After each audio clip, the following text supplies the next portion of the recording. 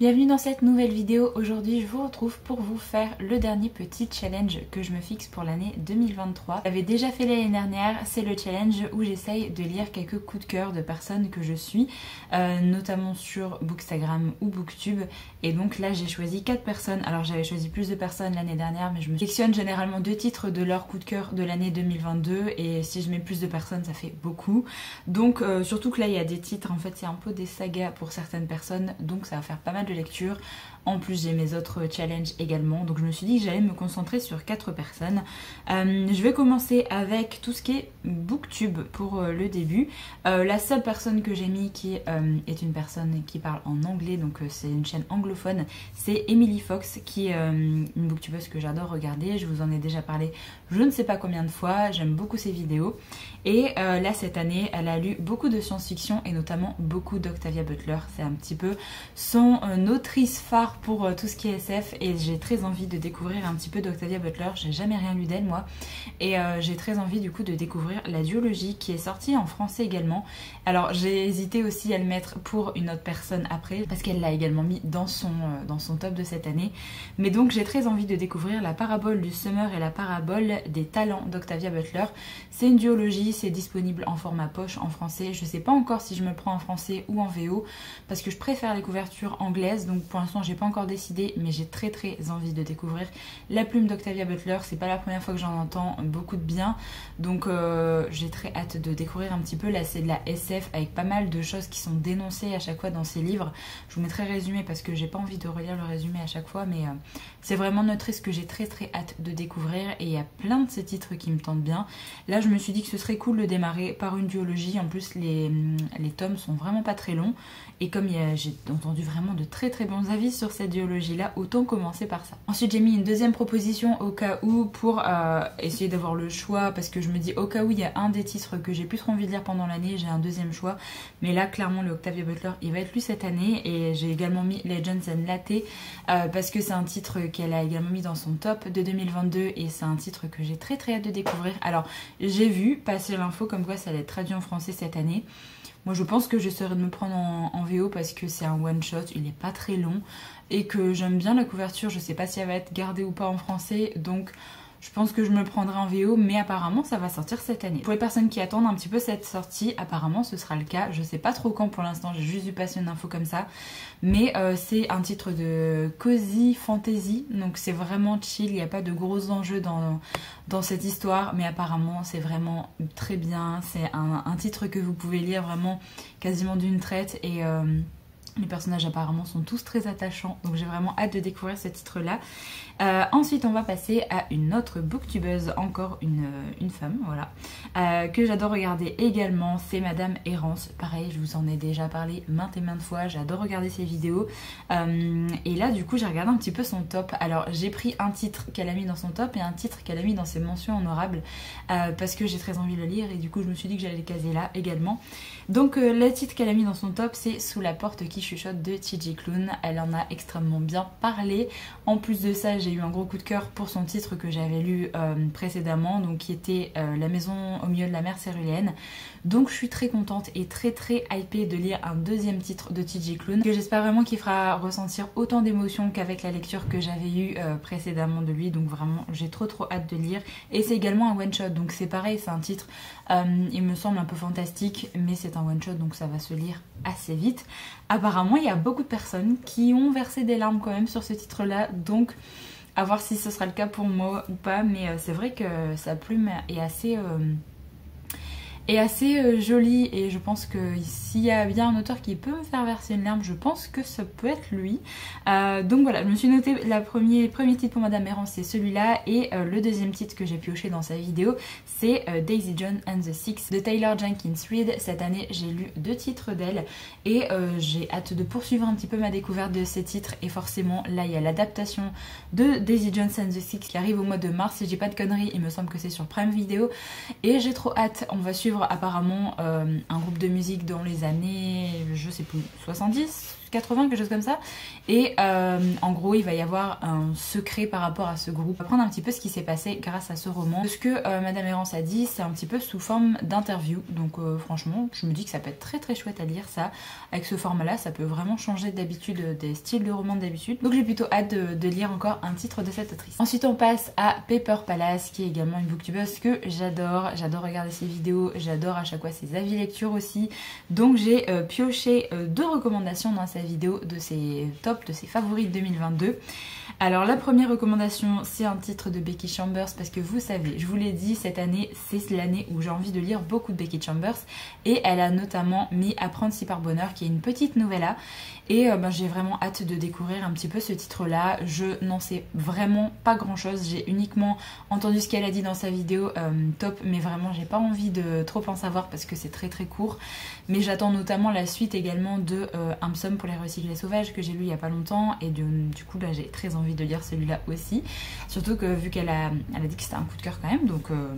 voilà, je mets quand même beaucoup d'espoir dans cette petite novella et j'aimerais aussi lire, continuer sa série l'espace d'un an aussi, voilà. Et le deuxième titre que je me suis noté dans les recommandations un petit peu de ces tops de 2022, c'est L'été où tout a fondu de Tiffany McDaniel.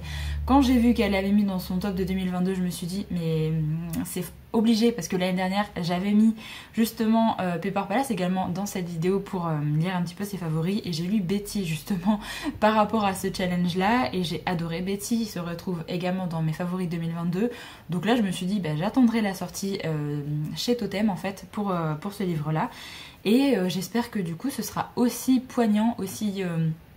que ce titre-là fera ressentir autant d'émotions que Betty peut-être, parce que c'est la même autrice et que j'espère vraiment que ce sera aussi, alors aussi bien, je mets pas la barre aussi haute, mais j'espère que ce sera quand même bien. En tout cas, j'ai quand même assez hâte. Alors au niveau du résumé, il me tentait pas forcément plus que ça.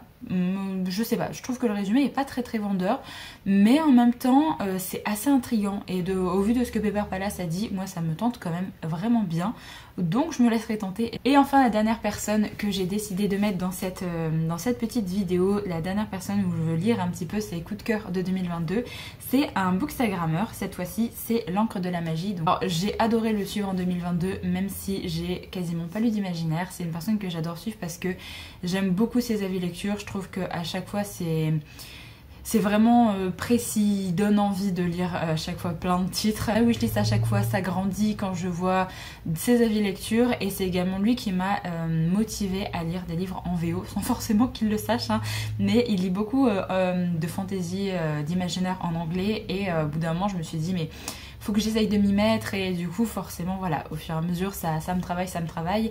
Là je suis très contente d'avoir lu Jade City du coup en VO également cette année et j'espère que je vais continuer dans ma lancée, mais du coup ça fait partie des personnes qui m'ont un peu motivée à lire en anglais et à lire de l'imaginaire en anglais. Et là du coup j'ai regardé un petit peu dans ses tops. Alors je me suis basée dans sa story à la une, il a mis ses top 3 à chaque fois pour chaque mois de l'année.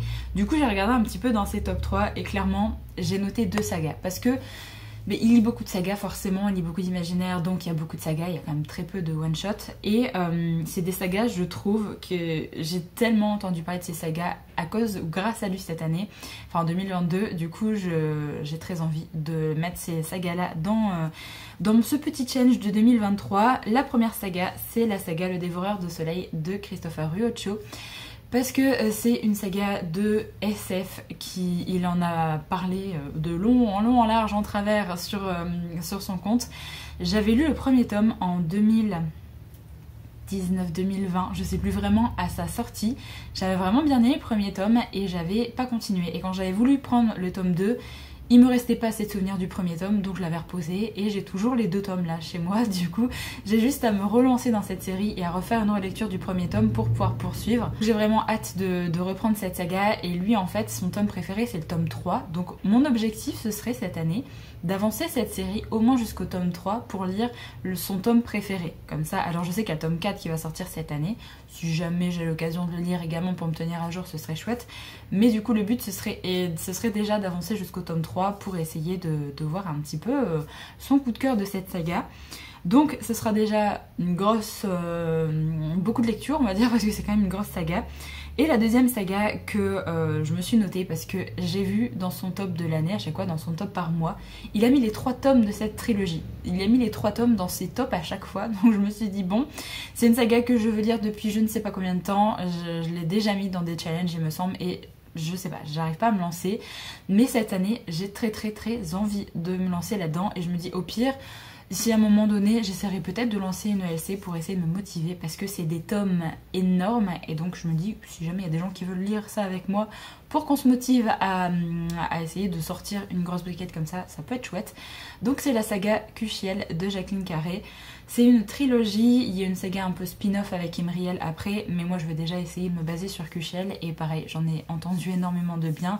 Il en a dit énormément de bien sur son compte aussi, les 3 tomes, comme je vous l'ai dit, il les a mis dans ses tops à chaque fois. J'ai trop hâte de lire sa saga de fantasy adulte qui date un petit peu maintenant, mais j'ai entendu de bons avis partout, mais chaque tome fait quasiment 1000 pages, donc autant vous dire qu'il faut être motivé quand même à sortir ces livres-là.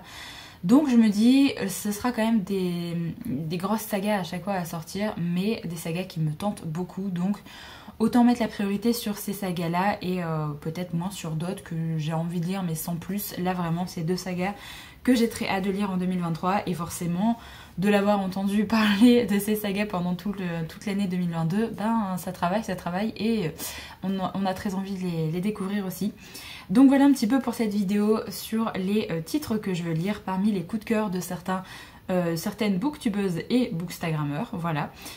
Donc j'espère que j'arriverai à me tenir à cette petite sélection. Elle est beaucoup plus faisable que la sélection de l'année dernière déjà. J'ai réduit un peu le nombre de personnes parce que je regarde beaucoup d'autres personnes aussi, mais je peux pas mettre les favoris de tout le monde. Alors peut-être que j'en lirai des favoris qui ont atterri dans certains tops, mais pour faire ce challenge là je me suis dit que j'allais me baser déjà sur 4 personnes, ce serait déjà pas mal.